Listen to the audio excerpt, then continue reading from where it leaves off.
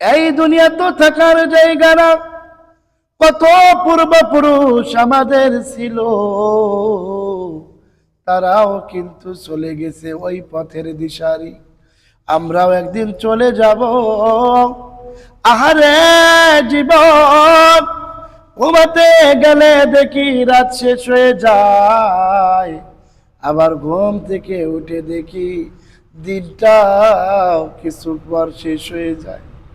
না জানি জীবন কবে শেষ হয়ে যায়। এই জন্য এই দুনিয়া আপনার আমার জন্য যেহেতু থাকার জায়গা না, যেহেতু অন্ধকার কবর আপনার আমার আসল ঠিকানা, এই জন্য ওই ঠিকানায় চলে যেতে হবে, ওই ঠিকানার রোজগার করতে হবে, যেখানে সারাটি জীবন ভর আপনি আপনি আপনি আমি পড়ে থাকবো।